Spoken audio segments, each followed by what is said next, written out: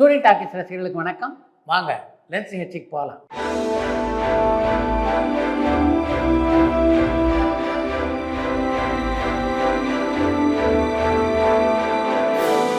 என்னம்மா முதல் கேள்வி? சைரன் திரைப்படத்துல நடிகர் ஜெயம் ரவியினுடைய வெள்ளை தாடி முடி ஒரிஜினலா அல்லது கெட்டப்பான சென்னையில இருந்து சந்தனகுமார் கேட்டிருக்காங்க. சைரன் திரைப்படத்திலே ஜெயம் ரவி வைத்திருந்தது அவருடைய ஒரிஜினல் தாடி தான். பொதுவாக திரைப்படங்களில் ஒட்டு தாடிக்கும் ஒரிஜினல் தாடிக்குமான வித்தியாசத்தை நீங்க மிக எளிதிலே கண்டுபிடிக்கலாம். மற்ற மாநிலங்கள்ல இளம் தலைமுறையினர் இண்டஸ்ட்ரி ஹிட்ஸ் கொடுக்குறாங்க. ஆனா தமிழ் சினிமால மட்டும்தான் உலக நாயகன் Kamal Haasan sir and superstar Rajinikanth சார்னால மட்டும்தான் இண்டஸ்ட்ரி ஹிட்ஸ் கொடுக்க முடியுது. இதுக்கு காரணம் ரஜினி சார் அண்ட் கமல் சாரனுடைய ஆளுமையா அல்லது மற்ற நடிகர்களுடைய இயலாமையான சென்னையில இருந்து திலீபன் கேட்டிருக்காங்க. இண்டஸ்ட்ரி ஹிட்ஸ் என்று அழைக்கப்படுகின்ற படங்கள் உலக அளவிலே மிகப்பெரிய வசூலை பெற்றுத் தருகின்ற படங்கள் தான். அப்படி பார்க்கும்போது ரஜினி கமல் ஆகியோருடைய படங்களை தாண்டி நம்முடைய பல கதாநாயகருடைய படங்கள் அப்படிப்பட்ட வெற்றிகளை தேடி தந்திருக்கின்றனவே. ஸோ நீங்க இன்டர்வியூ பண்ண கௌதம் வாசுதேவ் மேனன் சாரினுடைய இன்டர்வியூல ஒரே ஃப்ரேம்ல நீங்க ரெண்டு பேருமே இருந்தீங்க. அண்ட் உங்க எக்ஸ்பிரஷன் அவர் எக்ஸ்பிரஷன் எல்லாமே ரொம்ப அருமையா இருந்துச்சு. இது யாருடைய ஐடியா? இதை தொடர்ந்து பண்ணுவீங்களான்னு அறந்தாங்கிலிருந்து சேகர் செந்தில் கேட்டிருக்காங்க. கௌதம் வாசுதேவனுடைய பேட்டி சற்று வித்தியாசமா எடிட் பண்ணா நல்லா இருக்கும் அப்படின்னு தோணுச்சு. அதன் காரணமாக தான் அந்த நிகழ்ச்சியை அப்படி பதிவு செய்தோம். உங்க எல்லாருக்கும் அந்த பாணி பிடித்திருப்பதனால் நிச்சயமாக அந்த பாணியை தொடரலாம் அப்படின்னு நினைக்கிறேன். ஒருவேளை ஐபிஎல் போட்டிகளை திரையரங்குகளில் ஒளிபரப்பணும்னா அதுக்கு BCCI, star sports and Jio ஆகிய நிறுவனத்துக்கிட்ட இருந்து பெர்மிஷன் வாங்கணுமா? அண்ட் அது நடைமுறையில சாத்தியப்படுமான்னு மட்டக்களப்புல இருந்து மயூரன் கேட்டிருக்காங்க. ஸ்டார் ஸ்போர்ட்ஸ், ஜியோ ஆகிய நிறுவனங்கள் அனுமதி அளித்தால் கூட ஐபிஎல் போட்டிகளை திரையரங்கிலே ஒளிபரப்ப முடியாது அப்படின்றது தான் உண்மையான நிலவரம். அப்படி ஒளிபரப்ப வேண்டும் என்றால் முதல்ல அரசாங்கத்திடம் திரையரங்கு உரிமையாளர்கள் அதற்கான அனுமதியை பெற வேண்டும். இப்போதுள்ள அனுமதியின்படி திரையரங்கிலே திரைப்படங்களை மட்டும்தான் திரையிட முடியுமே தவிர இது போன்ற கிரிக்கெட் மேட்சுகளை எல்லாம் அவர்களால் திரையிட முடியாது அப்படின்றது தான் உண்மை. மறைந்த ஒளிப்பதிவாளர் அண்ட் இயக்குனரான ஜீவா சாரனுடைய மகள் ஒரு திரைப்படத்தை இயக்க இருக்கிறதா வர செய்திகள் உண்மையா? அந்த படத்தினுடைய தயாரிப்பாளர் மற்றும் நட்சத்திரங்கள் யாருன்னு ஸ்ரீலங்கால இருந்து மதிஷாந்த் கேட்டிருக்காங்க. ஒளிப்பதிவாளர் ஜீவாவுடைய மகளான சனாமரியம் மணிரத்னத்தினுடைய பட்டையிலே தயாரானவங்க. பொன்னியின் செல்வன் திரைப்படத்திலே உதவி இயக்குனராக அவங்க பணியாற்றியிருக்காங்க. அடுத்து ஒரு காதல் சித்திரத்தை அவங்க இயக்க இருக்காங்க. அதில் பொன்னியின் செல்வன் திரைப்படத்தில் இளம் ஆதித்ய கரிகாலனாக நடித்த சந்தோஷம், இளம் நந்தினியாக நடித்த சாரா அர்ஜுனன் தான் மரியம் இயக்குகின்ற புதிய திரைப்படத்திலே ஜோடியாக நடிக்க இருக்காங்க. அந்த படத்தை தயாரிக்க இருப்பது குஷ்பு. ராஜா என்னை மன்னித்து விடுன்ற திரைப்படத்தினுடைய படப்பிடிப்பு நின்றதுக்கான காரணம் என்ன? அண்ட் இதனால அந்த படத்தினுடைய தயாரிப்பாளரான பஞ்சு அருணாச்சலம் சாருக்கு நிறைய நஷ்டம் ஏற்பட்டதுன்ற செய்தி உண்மையான அம்பத்தூர்ல இருந்து ஆகாஷ் கேட்டிருக்காங்க.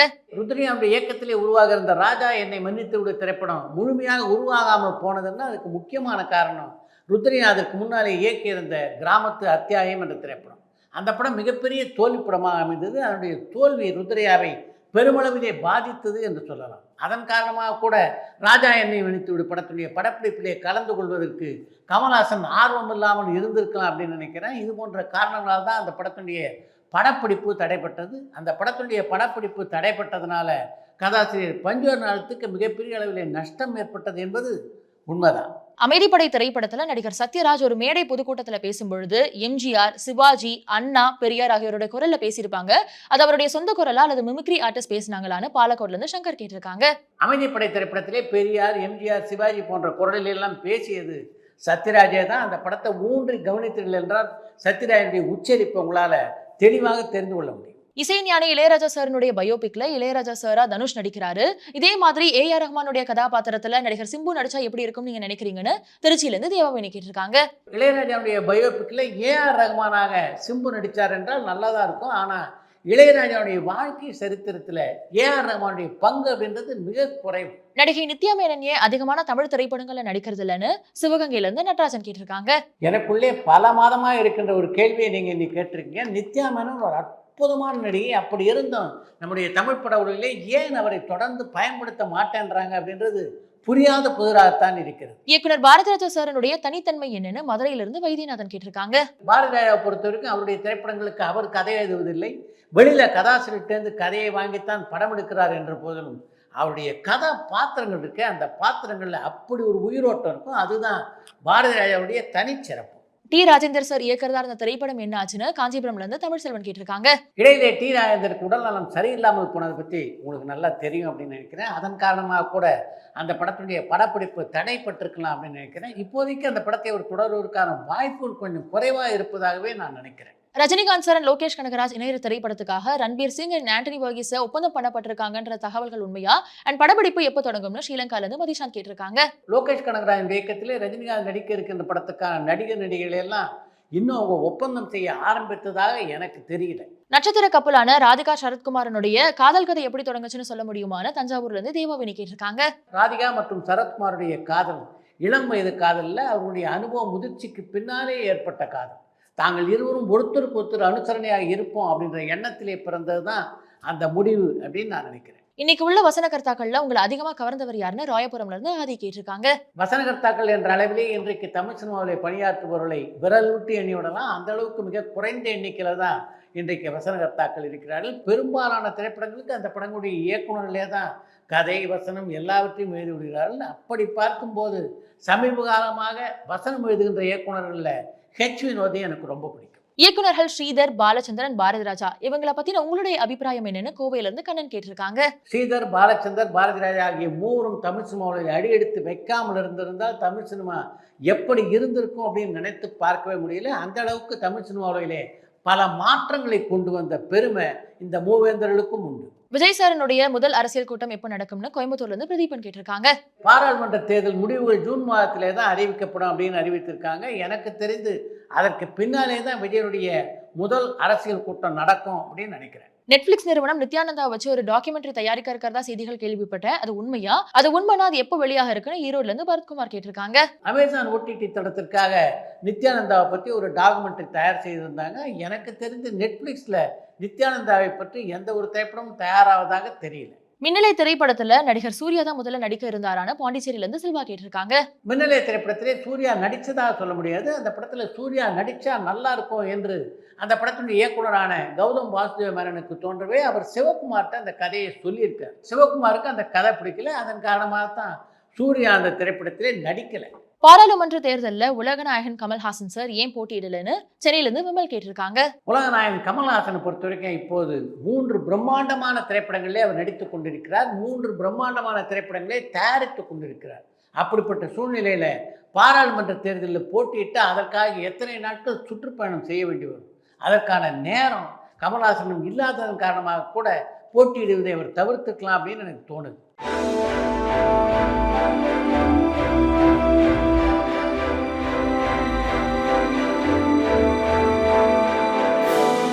சார், இன்னைக்கு சினிமா ஜேர்னலிஸ்ட்ன்ற பெயர்ல ஒரு படத்துல ஒர்க் பண்றவங்க கிட்ட இருந்து எல்லா தகவலையும் வாங்கி வெளியில சொல்லிடுறாங்க. அண்ட் எல்லா தகவலையும் அவங்களே வெளியில சொல்லிட்டு படத்தை பார்க்கும்பொழுது புதுசா எதுவும் இல்லைன்னு குறை சொல்றாங்க. இது எந்த விதத்துல நியாயம்னு மட்டக்களப்புல இருந்து மயூரன் கேட்டிருக்காங்க. வலைதளங்களிலே பேசுகின்றவர்கள் தொடர்ந்து திரைப்படங்களை பற்றி பல தகவல்களை தராங்க அப்படின்றது உண்மைதான். ஆனால் அதில் எத்தனை சதவீதம் உண்மை இருக்கிறது அப்படின்றது தான் நம்ம கூர்ந்து கவனிக்க வேண்டும். பெரும்பாலும் தவறான தகவலை தான் அவங்களால தர முடியுது. அதற்கு முக்கியமான காரணம் இப்போதுள்ள இயக்குநர்களில் பலர் தங்களுடைய படங்களை பற்றிய செய்திகளை வெளியே சொல்வதற்கு மறுப்பது தான். அடுத்து இன்று ஒரு தகவல். எஸ். முத்துராமனை பொறுத்த வரைக்கும் ஏவிஎம் என்ற பல்கலைக்கழகத்தில் உருவானவர் தான் அவர் என்பது எல்லோருக்கும் நன்றாக தெரிந்த விஷயம். அந்த நிறுவனம் எஸ். முத்துராமனுக்கு கற்றுத்தந்த பாடங்கள் இருக்க அது கணக்கில் அடங்காது. இன்றைக்கும் எஸ். முத்துராமனுடைய திரைப்பட படப்பிடிப்புள்ள கடிகாரம் இடம்பெற்றால் மிகுந்த எச்சரிக்கையோடு இருப்பார் எஸ். முத்துராமன். அதற்கு காரணம் குலதெய்வம் என்ற திரைப்படத்திலே எஸ். முத்துராமன் உதவி இயக்குனராக இருந்தபோது ஏவிஎம் நிறுவனத்திலே கற்ற பாடம். குலதெய்வம் திரைப்படத்திலே ஒரு பாடல் காட்சி இடம்பெற்றிருந்தது. கதாநாயகி பாடுவதாக அமைந்திருந்த அந்த பாடல் காட்சி முதல்ல மாடியில் தொடங்கும். அதற்கு பின்னாலே படிகளில் இறங்கி கீழே வந்து அந்த பாடலை பாடி முடிப்பாங்க அந்த கதாநாயகி. அந்த படப்பிடிப்பு தளத்தில் மேலே ஒரு கடிகாரம் மாட்டப்பட்டிருந்தது, கீழே ஒரு கடிகாரம் மாட்டப்பட்டிருந்தது. அந்த பாடல் தொடங்கிய போது மாடியில் இருந்த கடிகாரம் 3 மணி என்று காட்டியது. அந்த பாடல் முடிவடைகின்ற கட்டத்திலே மாடியிலிருந்து கீழே இறங்கி வந்து அந்த கதாநாயகி பாட ஆரம்பிச்சிருந்தாங்க அப்படின்னு சொன்னேன் இல்லையா, அந்த இடத்துல ஒரு கடிகாரம் மாட்டப்பட்டிருந்தது. அதில் மாலை 6 மணி என்று நேரம் காட்டியது அந்த கடிகாரம். அந்த படத்தை பார்த்த ஒரு ரசிகர் ஏவிஎம் நிறுவனத்துக்கு ஒரு கடிதம் எழுதினார். கதாநாயகி பாட்டை பாட ஆரம்பிக்கும் போது 3 மணியாக இருந்தது கடிகாரத்தில், அவங்க பாடி முடித்த போது 6 மணியாக இருந்தது. 4.5 நிமிஷம் பாட்டை 3 மணி நேரம் பாடினாங்களா அந்த கதாநாயகி என்று அந்த கடிதத்திலே கேட்டிருந்தார் அந்த ரசிகர். அந்த கடிதம் அந்த மறுநாளே அந்த படத்திலே பணியாற்றிய எல்லோரையும் தன்னுடைய அறைக்கு அழைத்தார் ஏவி மையப்பு செட்டியார். ஒரு சின்ன தப்பு இந்த ரசிகருடைய கண்ணில் பட்டு எப்படி எழுதியிருக்கார் பார்த்தீங்களா, என்று அவர் முன்னாலே சொன்னவர், அவர் முன்னாலேயே அந்த ரசிகருக்கு ஒரு மன்னிப்பு கடிதம் எழுதினார். நீங்கள் குறிப்பிட்டிருந்த அந்த தவறை நாங்கள் பார்த்தோம், இனி எங்களுடைய திரைப்படங்களில் அந்த தவறு நடக்காமல் பார்த்து கொள்கிறோம் என்று. அந்த படத்தில் எஸ்.பி. முத்துராமன் பெற்ற அந்த பாடம் தான் இனி திரைப்படங்களில் இந்த கடியாரத்தை காட்டும்போது நாம் மிகுந்த எச்சரிக்கையோடு இருக்க வேண்டும் என்ற முடிவை எஸ்.பி. முத்துராமன் எடுக்க காரணமாக அமைந்தது.